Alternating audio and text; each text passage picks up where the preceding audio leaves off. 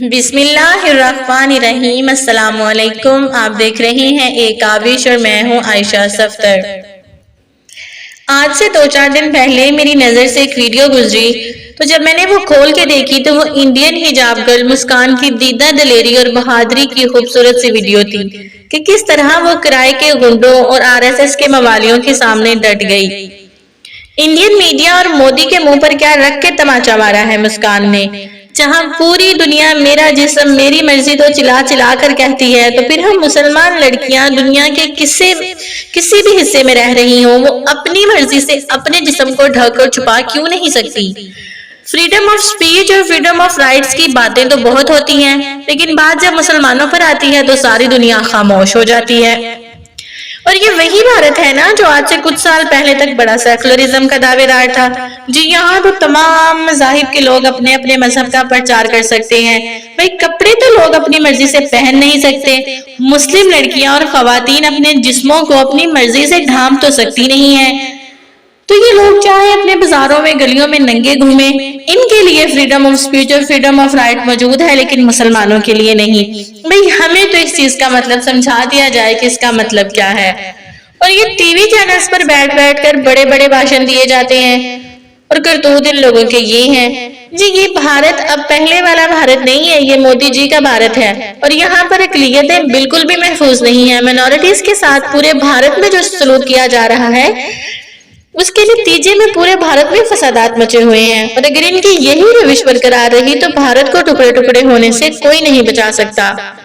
جہاں مسکان کے اس عمل سے پوری دنیا کے مسلمانوں کا سر فخر سے بلند ہے تو وہاں بھارت کے اس کالے کرتوت کے خلاف پوری دنیا کی مسلم کمیونٹی میں شدید غم اور غصہ پایا جا رہا ہے اور مسلمانوں کے ساتھ ساتھ عالمی میڈیا پر بھی ہندوستان کی جم کر ٹھکائی ہو رہی ہے، جس کو آپ اس ویڈیو میں دیکھیں اور دیکھیں کہ کس طرح انڈیا کا مذاق اڑایا جا رہا ہے۔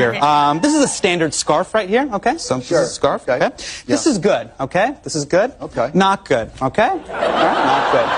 Good? Not good, okay? All right, fun. Yeah.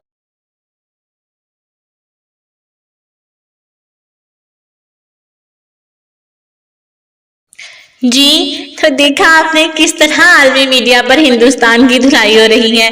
وہ کہہ رہے ہیں کہ ہندو تباہ کے لوگ اپنے گلوں میں مفلر ڈال کر تو گھوم سکتے ہیں لیکن ان کے گلوں سے 6 انچ اوپر جو سر ہے مسلمان خواتین اور مسلمان لڑکیاں اپنی مرضی سے اپنے سروں کو نہیں ڈھانپ سکتی۔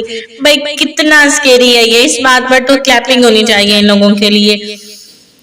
ایسے لوگ کتنے ڈھیٹ ہیں بھائی، اور ان لوگوں کو بیچ چراہے میں الٹا لٹکا کر کوڑے پڑنے چاہیے کہ ایسے لوگوں کے لیے ہی کہا گیا ہے کہ شرم تم کو ذرا نہیں آتی۔ اور ایک ہمارے کچھ مسلم ملک ہیں، کچھ ان کے لیڈرز ہیں جو انڈیا کو مسلم کانفرنسز میں مہمان کی حیثیت سے بلا کر بٹھا دیتے ہیں۔ بھائی اس میں کیا تک بنتی ہے؟ چلے اگر کہیں کہ ہندوستان میں جو ہے وہ مذہبی آزادی ہے، مسلمان اپنی مرضی سے اپنے تمام حق جو ہیں وہ ان کو حاصل ہے اور اپنی مرضی سے اپنی عبادات پرفارم کر رہے ہیں تو پھر بھی ہے کہ ہم کہیں گے چلیں بھائی ٹھیک ہے، لیکن جب ہندوستان میں مسلمانوں کو اس طرح قتل و غارت کا نشانہ بنایا جاتا ہے، ان کے حقوق غصب کیے جاتے ہیں اور اس کے واقعات صرف ایک نہیں ہیں، بے شمار واقعات ہیں۔ RSS کے گنڈوں کو کھلی چھوٹ ہے کہ وہ جب دل کرے کسی کو قتل کر دیں، کسی کی تذلیل کر دیں، کبھی گائے کا گوشت کھانے پر اور کبھی حجاب کرنے پر۔ بھئی عجیب ملک ہے اور عجیب منطق ہے اور کہا جاتا ہے کہ بھارت سیکولرزم ہے۔ بھئی گوگل میں دیکھیں، گوگل میں دیکھنے کی کیا ضرورت ہے؟ بھئی تم لوگوں کے کرتوت کیا دنیا کو نظر نہیں آ رہے؟ دنیا نے اپنی آنکھوں پر پٹی باندھی ہوئی ہے، اس کا مطلب یہ نہیں ہے کہ مسلمان ممالک اور ہم ایز اے مسلمان اپنی آنکھوں پر پٹی باندھ کر بیٹھ جائیں۔